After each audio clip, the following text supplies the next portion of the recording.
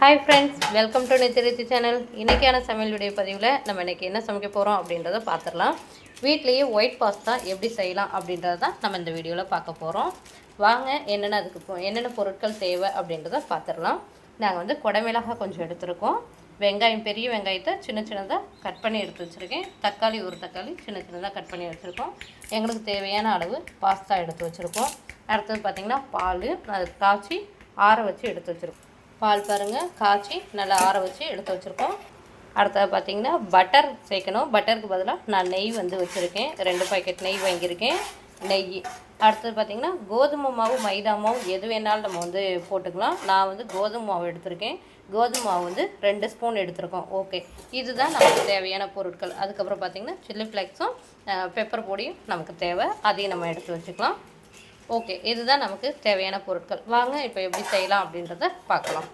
ஒரு பலார் சட்டியை அடுப்பில் வச்சாச்சு. தண்ணி ஊற்றிக்கலாம். தண்ணி ஊற்றியாச்சு.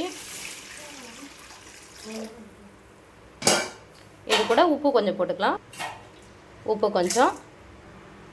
எண்ணெய் 1 ஸ்பூன் ஊற்றிக்கலாம். எண்ணெய் நிறையா ஊற்றினோம்னா ரொம்ப பிசு பிசுன்னு நல்லா வளவலன்னு இருக்கும். அதனால் 1 ஸ்பூன் எண்ணெய் ஊற்றினா போதும். ஓகே, இப்போ தண்ணி, உப்பு, எண்ணெய் போட்டிருக்கோம். அந்த தண்ணி நல்லா கொதித்து வரட்டும்.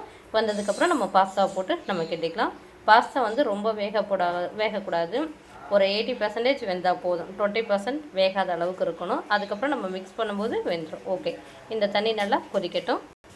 தண்ணி நல்லா கொதிக்குது. இப்போ நம்ம பாஸ்தாவை கொதிக்கலாம். பாஸ்தா வேகட்டும். நல்லா பாஸ்தா வெந்துருச்சான்னு நம்ம இப்போ செக் பண்ணி பார்க்கலாம். எப்படி செக் பண்ணி பார்க்கணுன்னா, இப்போ நம்ம பாஸ்தா எடுத்துக்கலாம். அப்படியும் போது பாஸ்தா எடுத்துகிட்டு இப்போ 2ஆக கட் பண்ணி பார்ப்போம். நல்லா கட் ஆகணும். கட் ஆகிட்டு சென்டரில் கொஞ்சம் அப்படியே பிசு பிசுன்னு இருக்கிற மாதிரி இருக்கணும். அதை கட் பண்ணியிருக்கு. இப்போ பாருங்கள், இப்படி இருக்க அந்த ஸ்டேஜ் கரெக்டான பக்குவம்.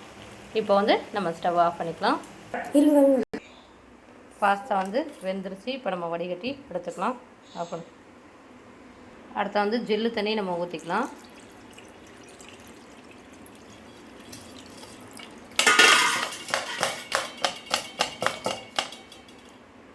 ஓகே, இது கொஞ்சம் நேரம் அப்படியே வடிகட்டும்.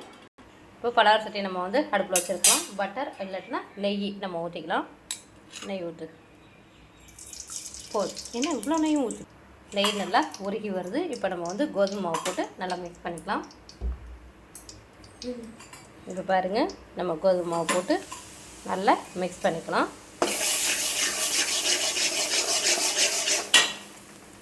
சிம்மில் வச்சுக்கலாம் அடுப்பு. நல்லா கெட்டியமாக வந்துருச்சுங்களா? இப்போ நம்ம பால் ஊற்றிக்கலாம் கொஞ்சம் கொஞ்சமாக.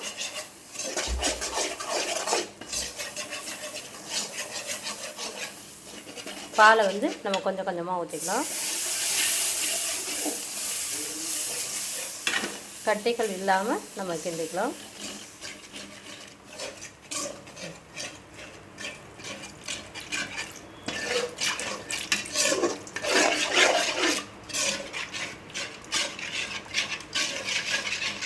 நல்லா இப்படியே மிக்ஸ் பண்ணிக்கணும். அந்த கட்டிகள்லாம் இருக்கக்கூடாது. ஓகே, ஊற்றுங்க. கொஞ்சம் கொஞ்சமாகவே ஊற்றுங்க. ஓகே, போதும். பால் இல்லை, பால் இன்னும் கொஞ்சம் நேரம் கழிச்சு கொஞ்சம் ஊற்றிக்கலாம்.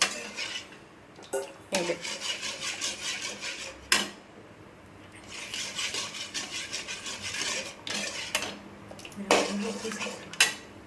இதில் கொஞ்சமாக உப்பு போட்டுக்கலாம்.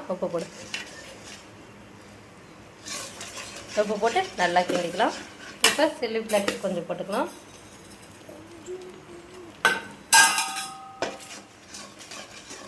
அடுத்ததாக பெப்பர் பொடி கொஞ்சம் போட்டுக்கலாம்.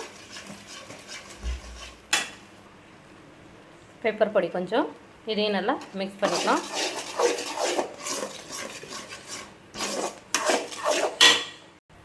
இன்னொரு பேனை அடுப்பில் வச்சுட்டு பட்டர் இல்லாட்டி நெய் போட்டுக்கலாம். நெய் போட்டு நமக்கு தேவையான காய்கறிகள்லாம் போட்டுக்கலாம். வெங்காயம், அடுத்தது குடமிளகாய், அடுத்தது தக்காளி எல்லாத்தையும் நம்ம போட்டுக்கலாம். போட்டு நல்லா மிக்ஸ் பண்ணிக்கலாம். நல்லா கொஞ்சம் நேரம் ஆகட்டும். வெந்து வரட்டும். வந்ததுக்கப்புறம் நம்ம அந்த பாஸ்தாவோட நம்ம போட்டுக்கலாம். இப்போ இது நல்லா வணங்கியாச்சு. இதை நம்ம ஒரு வாரமாக எடுத்து வச்சிடலாம். இப்போ வந்து நம்ம வணக்கி வச்சுருந்ததை இது கூட நம்ம சேர்த்துக்கலாம். தக்காளி, வெங்காயம், குடை மிளகாய் வச்சுருந்தோம் பார்த்தீங்களா, அந்த மிக்ஸை நம்ம இதில் போட்டுக்கலாம். இதை நல்லா கிண்டி விட்டுக்கலாம். பார்க்கவே நல்லா கலர்ஃபுல்லாக இருக்குது பாருங்கள். டூட்டி ஃப்ரூட்டி மாதிரி இருக்கு. ஆமாம், போடு எல்லாத்தையும் கொட்டி.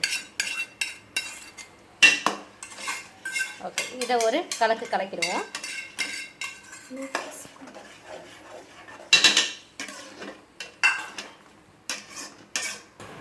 அடுத்ததாக நம்ம வேக வச்சு எடுத்து வச்சுருக்கிற பாஸ்தாவை போட்டுக்கலாம்.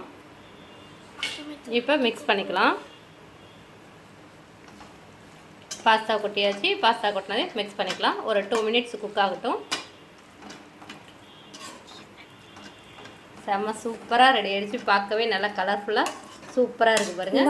ஒயிட் பாஸ்தா இதான் ஃபஸ்ட் டைம் எங்கள் வீட்டில் நாங்கள் செய்கிறோம். நீங்களும் உங்கள் வீட்டில் செஞ்சு சாப்பிட்டு பார்த்துட்டு எப்படி இருக்குன்னு எங்களுடைய கமெண்ட் பாக்ஸில் கமெண்ட் பண்ணுங்கள். இன்னும் கொஞ்சம் நேரம் ஆகட்டும். 2 மினிட்ஸ் கழிச்சு நம்ம பார்க்கலாம். 2 மினிட்ஸ் வந்து குக் ஆகிடுச்சு. பாருங்கள், ஒயிட் பாஸ்தா எவ்வளோ சூப்பராக நல்லா க்ரீமியாக இருக்குது பார்த்தீங்களா?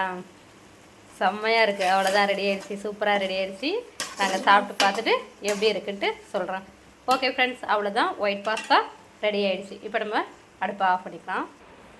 நம்ம இப்போ எப்படி இருக்குன்னு சாப்பிட்டு பார்த்துக்கலாம்.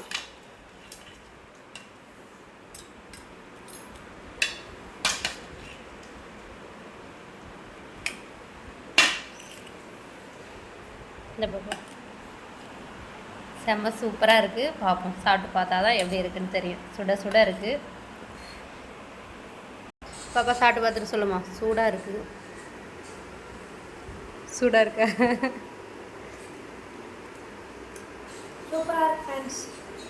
சூப்பராக இருக்கா? சாப்பிடுங்க.